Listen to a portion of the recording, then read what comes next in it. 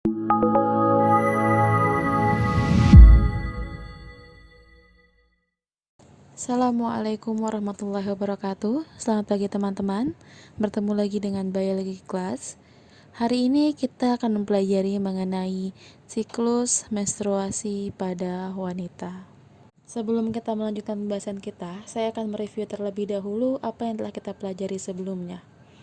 Yang pertama adalah kemarin kita sudah mempelajari organ-organ pada tubuh manusia, ya khususnya pada organ reproduksi wanita. Kita sudah mempelajari tentang ovulasi, kita sudah mempelajari tentang fertilisasi, dan berikutnya hari ini kita akan mempelajari tentang menstruasi. Yang pertama, ada dua kategori. Ketika pelepasan sel ovum atau kita kenal dengan istilah ovulasi bertemu dengan sel sperma dan terjadi fertilisasi, maka yang terjadi adalah perkembangan embrio yang akan melekat pada endometrium. Tapi, karakteristik yang kedua adalah ketika sel ovum tidak bertemu dengan sel sperma atau tidak terjadi fertilisasi, maka sel ovum tersebut akan melekat pada dinding endometrium dan akan terjadi menstruasi. Menstruasi itu apa? Menstruasi adalah peluruhan dinding endometrium bersama dengan sel ovum. Kenapa akhirnya mengandung banyak darah? Karena bagian endometrium adalah bagian yang kaya dengan pembuluh darah. Baik, selanjutnya kita akan membahas tentang hormon-hormon yang berperan pada fase menstruasi. Ada 4 hormon yang saling bekerja sama dan saling mempengaruhi antara satu sama lainnya dalam proses terjadinya menstruasi ini. Hormon yang pertama adalah namanya FSH, yang kedua adalah estrogen, yang ketiga adalah LH, yang keempat adalah progesteron. Keempat hormon ini tidak keluar secara bersamaan, tapi mereka bekerja secara bergantian. Siklus menstruasi terbagi menjadi 3 fase, yaitu fase folikuler, fase ovulasi, dan fase luteal. Baik, kita akan bahas satu persatu fase pada siklus menstruasi. Yang pertama adalah fase folikuler. Fase ini berlangsung mulai hari pertama sampai hari ke-13. Pada fase ini terjadi perkembangan folikel di ovarium yang dipacu oleh hormon FSH. Selain itu, folikel yang berkembang juga menghasilkan hormon estrogen. Hormon estrogen akan mempengaruhi perubahan sekunder pada perempuan. Selain itu, hormon ini akan memicu kelenjar pituitari di otak sehingga menghasilkan hormon LH dan selanjutnya dapat menghambat hormon FSH. Karena kenaikan hormon LH, terjadilah fase ovulasi. Fase ini terjadi pada hari ke-14. Proses ovulasi ini merupakan proses pengeluaran sel telur dari folikel yang dipicu oleh hormon LH.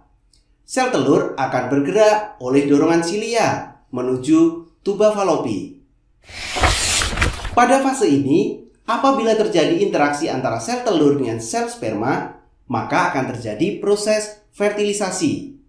Dan sebaliknya, apabila tidak terjadi interaksi antara sel telur dan sperma, maka terjadilah proses menstruasi. Lanjut. Fase yang ketiga adalah fase luteal. Fase ini berlangsung mulai dari hari ke-15 sampai hari ke-28. Pada fase ini, hormon yang berpengaruh adalah hormon progesteron. Sebenarnya, hormon progesteron berfungsi untuk proses implantasi yang menyebabkan proses penebalan dinding rahim. Sehingga pada dinding rahim banyak terdapat pembuluh darah. Namun, karena tidak terjadi fertilisasi, maka akan terjadi penurunan hormon progesteron dan hormon lainnya. Sehingga terjadilah peluruhan dinding rahim. Seperti yang Mr. Crick jelaskan, bahwa pada dinding rahim terdapat banyak sekali pembuluh darah.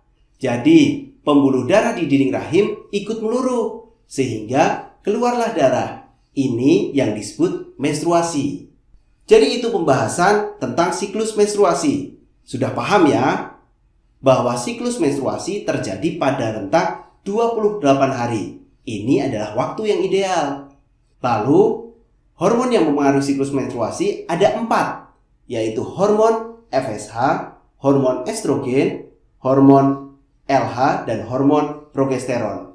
Baik, itu adalah hormon yang mempengaruhi menstruasi. Coba sekarang, Mr. Klik, uji pemahamanmu tentang hormon yang mempengaruhi fase menstruasi. Yang pertama, hormon apakah yang pertama kali aktif pada siklus menstruasi? Ya, hormon FSH. Yang kedua, hormon apakah yang memengaruhi perubahan sekunder pada pubertas perempuan? Oke, hormon estrogen. Selanjutnya, hormon apakah yang mempengaruhi proses ovulasi? Yes, hormon LH. Dan yang terakhir, hormon apakah yang memengaruhi penebalan dinding rahim? Oke, hormon progesteron. Demikianlah materi kita hari ini. Semoga teman-teman dapat mengerti dengan baik. Terima kasih. Assalamualaikum warahmatullahi wabarakatuh.